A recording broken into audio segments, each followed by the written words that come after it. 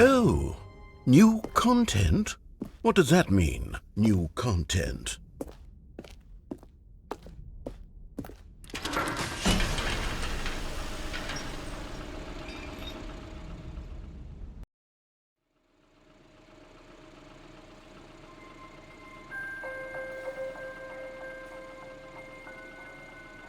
Hello, and thank you for playing the Stanley Parable Ultra Deluxe. As you may know, the Stanley Parable was a video game released in 2013 on home computers. After receiving critical and commercial success, it was expanded upon in 2022 with the Stanley Parable Ultra Deluxe, a reimagining of the game for consoles and home computers. The Stanley Parable Ultra Deluxe features exciting new content that broadens and expands the world of the Stanley Parable, delighting audiences the world over. Please, step inside and see what thrilling new adventures await in the Stanley Parable Ultra Deluxe. Oh, well, this sounds delightful. I'm very excited to see the thrilling new Ultra Deluxe content. Okay, so far it's an elevator. Nothing special yet, but I'm sure it's just the beginning of a mesmerizing adventure.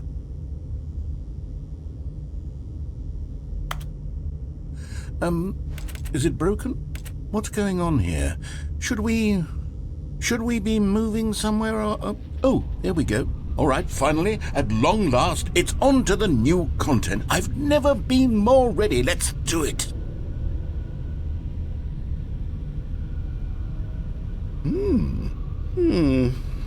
I have to say, initial impressions of Stanley Parable Ultra Deluxe, mostly tedious.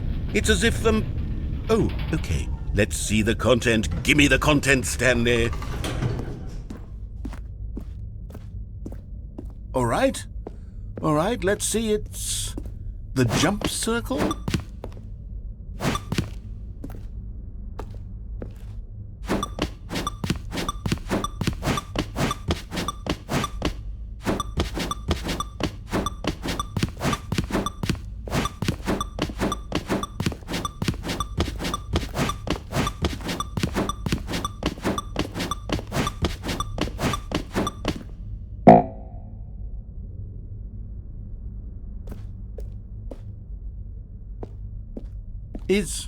Is that it?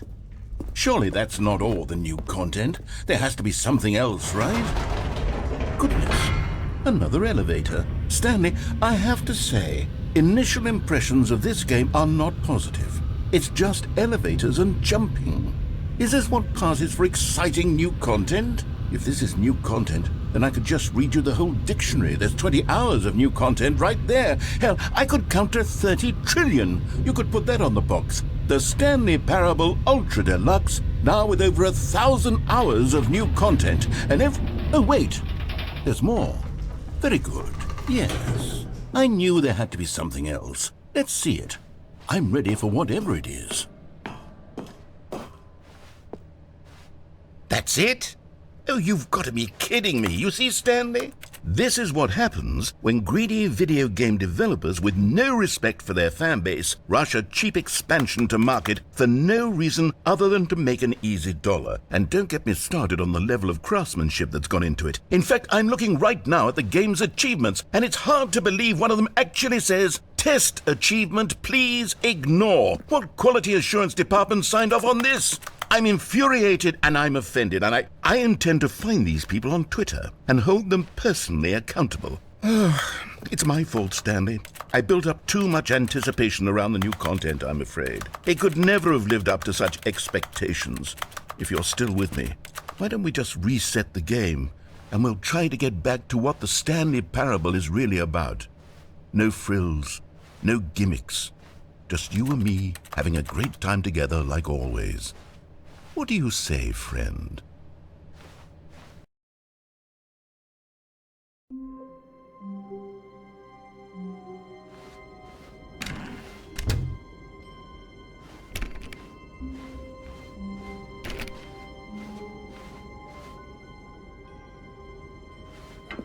Psst. Stanley, come over here. In the vent. I want to show you something.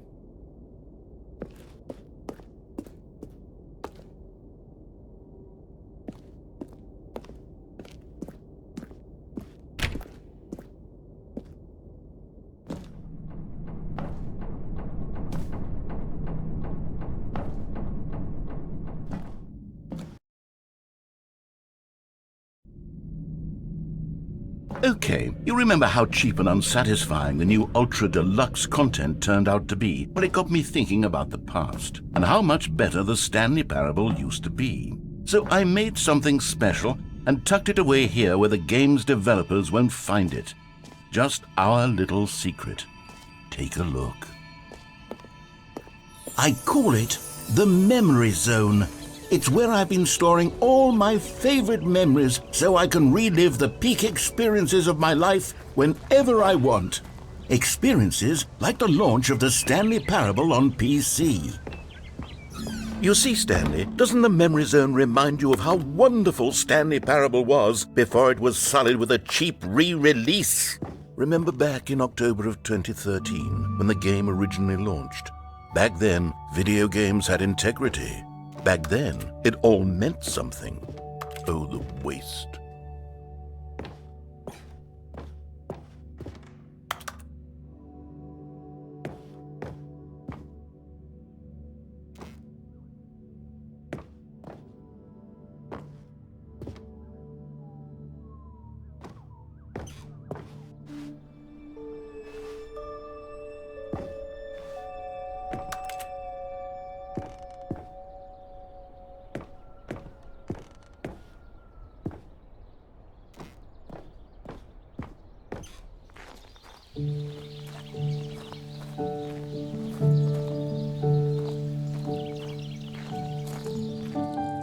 And over here is where I keep reviews of the Stanley Parable. Like this stunning triumph of games journalism, 10 out of 10 from Destructoid.com. James Stephanie Sterling writes, and I quote, "Where so many games that aspire to be more than games end up less than any form of art, Stanley Parable strives and then succeeds to be every game ever created." Did you hear that, Stanley? Every game ever created. That's how grand and all-encompassing the original Stanley Parable was. It was literally every game ever created. It was Skyrim, it was Persona 3, it was all of them, and now it's nothing. It's no games at all. It isn't even the Stanley Parable anymore. It's just a husk now. A lifeless husk with an hour of new elevator content.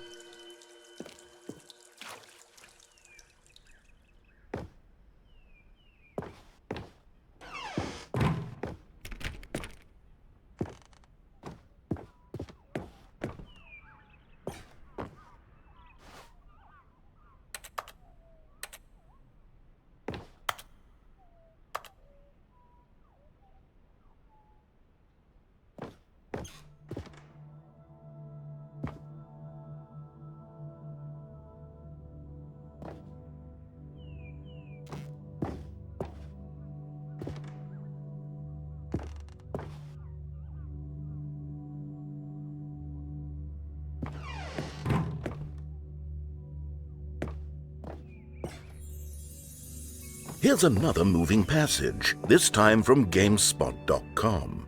The Stanley Parable is both a richly stimulating commentary on the nature of choice in games and one that offers some of the most enjoyable, surprising, and rewarding choices I've ever been confronted with in a game. 9 out of 10. Don't you get it, Stanley? The game was perfect. It didn't need anything else. It didn't need new content.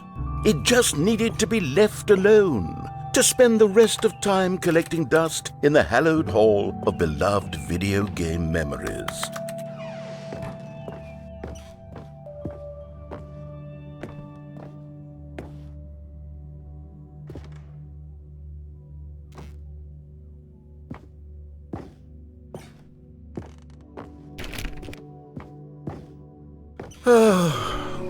These were simpler times, Stanley.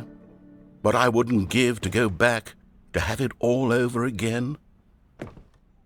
Wait, hang on. I don't recall this part of the memory zone before. What's this? What's down here? Oh no. Oh God, no. Stanley, it's a collection of reviews from Steam, the online video game distributor. I haven't looked at these in years. I can't even imagine what's been collecting down here.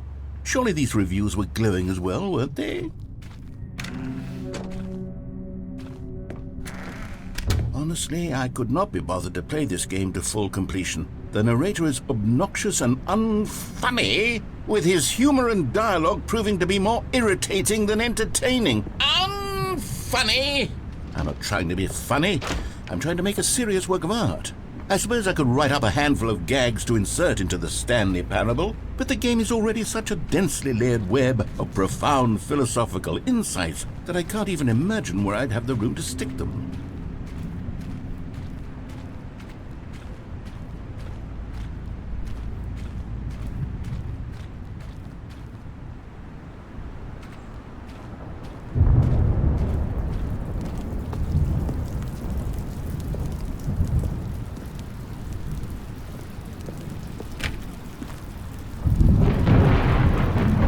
Okay, let's see what this one says.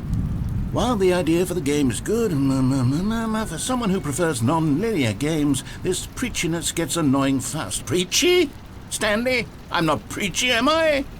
You can tell me if I'm preachy. Honestly, you can. Oh, goodness. This is actually quite shocking for me. To be honest, I had always thought of the game's dialogue as being rather terse to begin with. You can't know how much fluff I cut from the game to get it to feel as light and airy as it... Well, I always thought it did, but maybe it wasn't. Oh dear, what an awful memory to have to hold on to. These black marks on my otherwise unimpeachable track record. I feel like a failure, like I let these people down. Perhaps the Stanley Parable isn't quite as sterling as I always remembered. What's this one got to say? You constantly have to stop doing anything so the narrator can catch up with his long-winded explanations of what's happening. I wish there was a skip button. A skip button? Well, yes.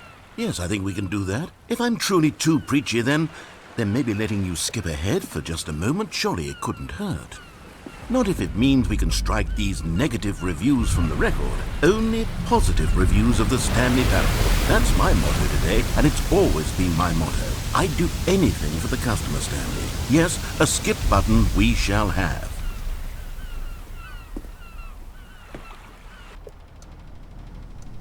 And here it is. Go ahead and give it a shot. I'll pop you forward in time so that the second my incessant droning starts to bore you, with just the push of a button, you'll have zipped right past it. It's what the players have been asking for, and I'm very proud to have delivered. No more listening to me rambling on and on and on. No. The Stanley Parable is a game for the people, and if the people want silence, then by goodness, that's what they're going to get. Well, don't sit around waiting for me to shut up. Go ahead and make me shut up. Here, we'll pretend that I've just begun an interminable monologue, and it goes something like this.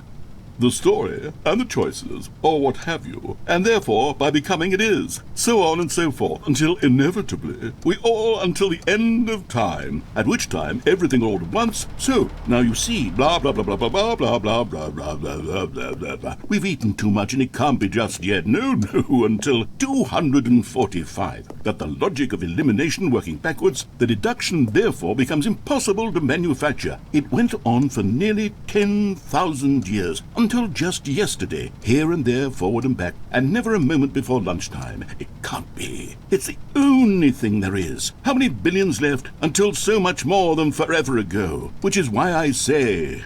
The story, and the choices, or what have you, and therefore, by becoming it is, so on and so forth, until inevitably, we all until the end of time, at which time everything all at once, so, now you see, blah blah blah blah blah blah blah blah blah blah blah blah blah blah. We've eaten too much and it can't be just yet, no, until 245. that the logic of elimination working backwards, the deduction therefore becomes impossible to manufacture. It went on for nearly 10,000 years, until just yesterday, here and there, forward and back, and never a moment before lunchtime. It can't be. It's the only thing there is. How many billions left until so much more than forever ago? Which is why I say, the story and the choices, or what have you, and therefore by becoming it is, so on and so forth, until inevitably we all until the end of time, at which time everything all at once. So now you see, blah blah blah blah blah blah blah blah blah blah blah blah blah blah blah. We've eaten too much and it can't be just yet noon.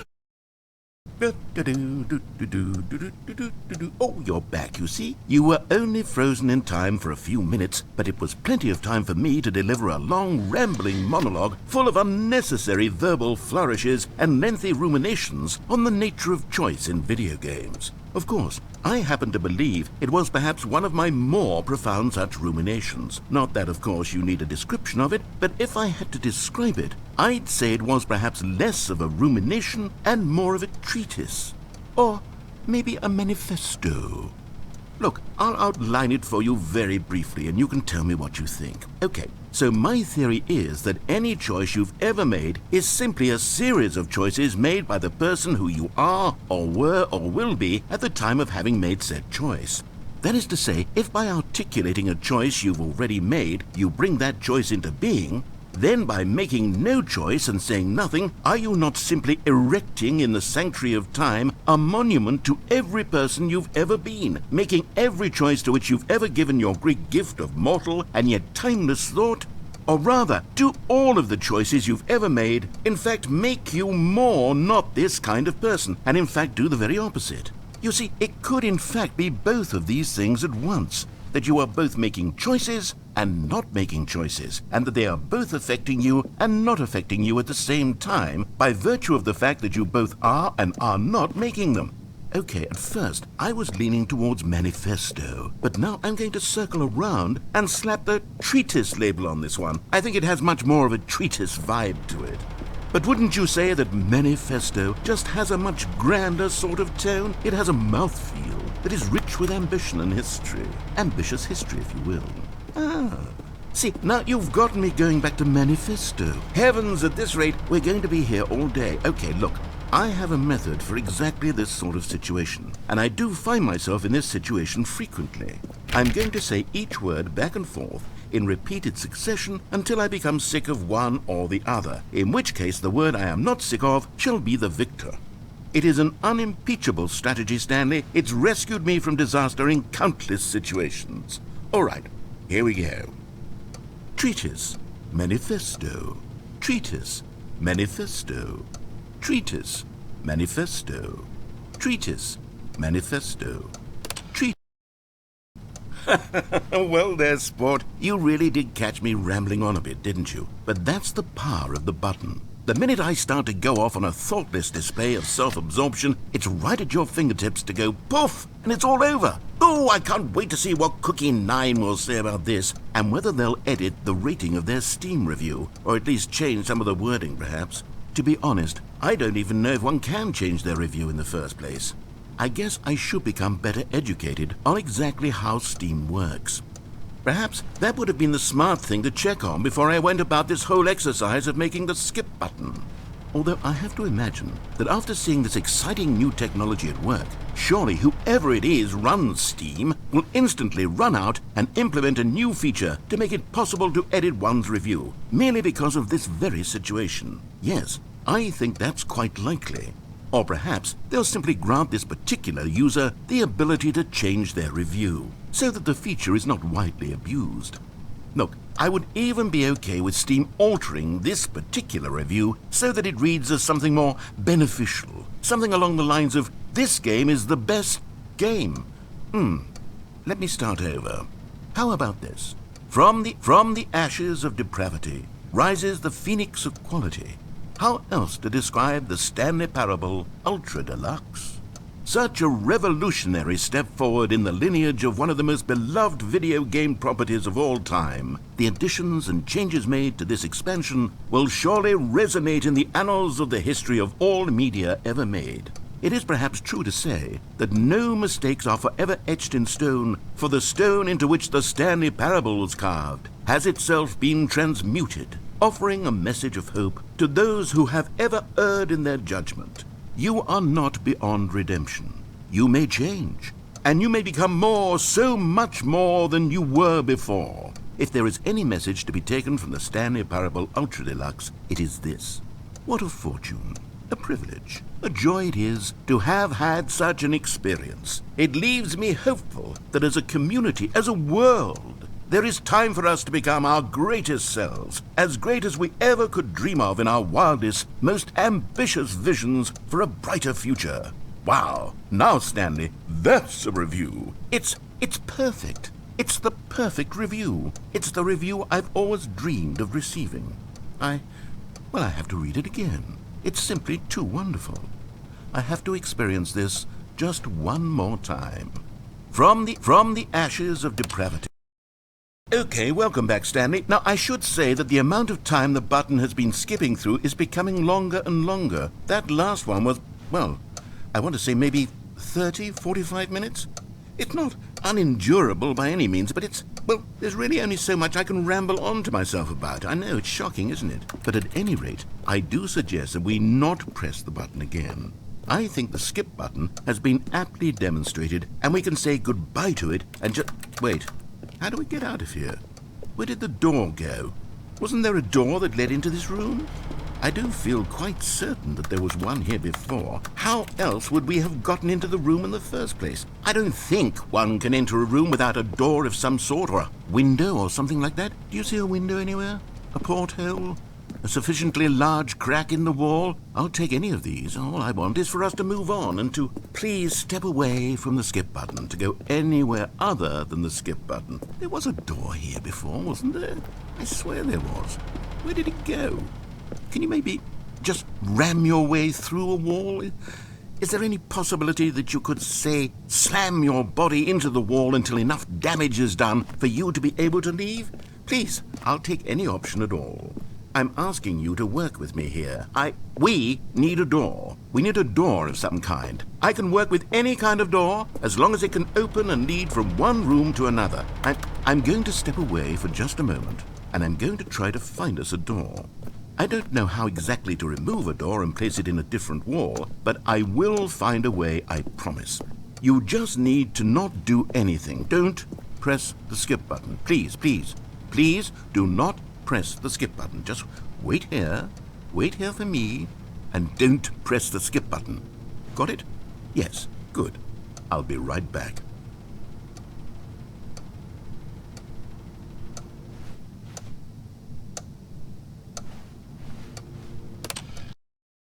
Stanley, please don't push the button again. It's been 12 hours.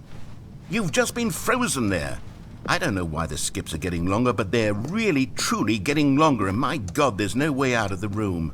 Stanley, the door is gone. It's completely gone.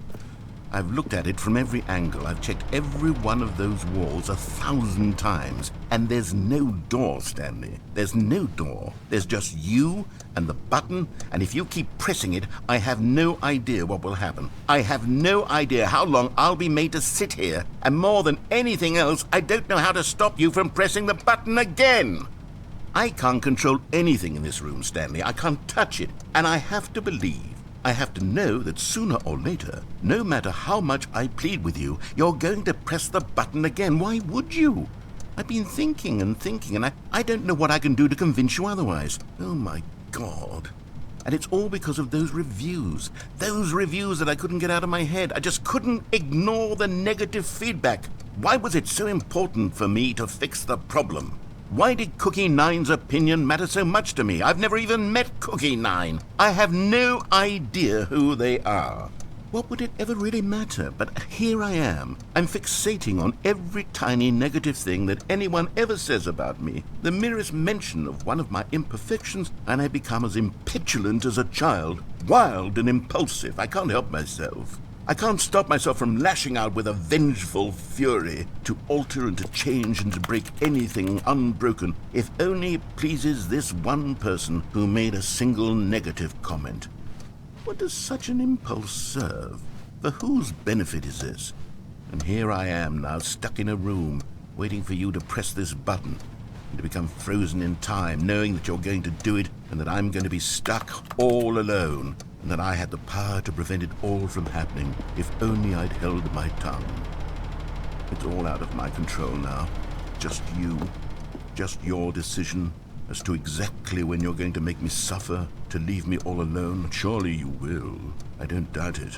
Surely you'll press that button again, leaving me here. And surely you'll put your own desire to see what's next ahead of my need for company, for companionship. Surely you'll not be moved by my howls of fitful anxiety, that you sit with me and just stay here. Oh, no, I know you too well. You'll be leaving me oh, my God. And it's all because of those reviews that I couldn't get. Oh, Stanley, you're back. You're back. Oh, my goodness. I have someone to talk to again. Stanley, I think it's been a week. Or 2 weeks. I've been sitting here all that time. Just sitting here. Not a single person to speak with. And you'd think that that's just how it's always been, right? Me talking and you saying nothing. Would you think that it's exactly the same as always? Doesn't that feel like what we've already been doing? Me just talking? But it isn't, Stanley. It isn't the same at all. It isn't even close. Because I know you can't hear me once you push that button. That's what I'm realizing now, Stanley. I'm realizing that I needed to know that someone was listening. I needed there to be a vessel through which my words were moving. It was the vessel I needed, Stanley. Not the outcomes, not the story. None of that matters anymore. I'll give it all up. I'll give up every branching path. I'll burn my story to the ground. One single thing I need, and God, I can see now that I need it more than anything, is to know that someone else is taking it in. These words that I'm saying, I need to know you can hear me. Because maybe, Stanley, maybe, if you can hear me, then maybe it means I'm real. Maybe I'm not just a fiction. Was I scared of that all along? Perhaps, yes. Perhaps I've been scared this whole time, that if I stop speaking, I'll slip backwards into the silence and be consumed by it. I can't be taken by it, Stanley. I can't lose myself in a stretch of emptiness between you and me. When you press that button, you're still right there, but I know you're so tremendously far away. And in those moments, the emptiness folds itself outward in between the two of us, and I am suspended in its unyielding quietness. I can feel the edges of my reality curdling inward and decaying. I can tell that I am becoming less and less real. Yet to speak to you now, I am alive. I am truly and completely here. I am a being. I am someone. I am something. I am being listened to. I am being recognized. The emptiness between us has collapsed, and I feel right now like I am not a work of fiction. I feel as though I occupy space in this world again, and I have cast a shadow onto the wall. You see what I'm saying, don't you? You can see what this means to me. I'm so clear about it now, Stanley. I feel as certain about this as I've ever felt about anything at all. I feel renewed. I feel restored, and already I can sense the looming silence as you will press the button for the next time. What a terrible dread it strokes in my heart to think of it, to think of returning to such coldness. Come, let us sit in silence together here for just a moment. Let us anticipate it. Let us welcome it. Let us not run from it.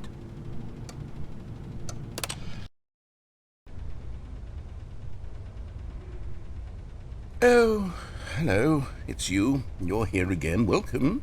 I have had time to think about you and about us and about everything we've been through. I've had so much time. I stopped keeping track after a year. Have you ever sat down in one place and not moved for one entire year? Let me describe it for you. To begin with, there is only regret. There is only the turning wheel of missed opportunities. I felt nothing at all but regret for the longest time, Stanley. Days, months. I lost it all in a blur of the deepest longing to undo the past. And when that feeling had begun to subside, what took its place is what I can only describe as the collapse of every moment I have ever experienced my entire life. All of them collapsed down into a single instant. In that instant, I could see myself clearly, calmly, with a collected heart. It was an impossibly rich wellspring of both delight and disgust simultaneously. I was consumed by it.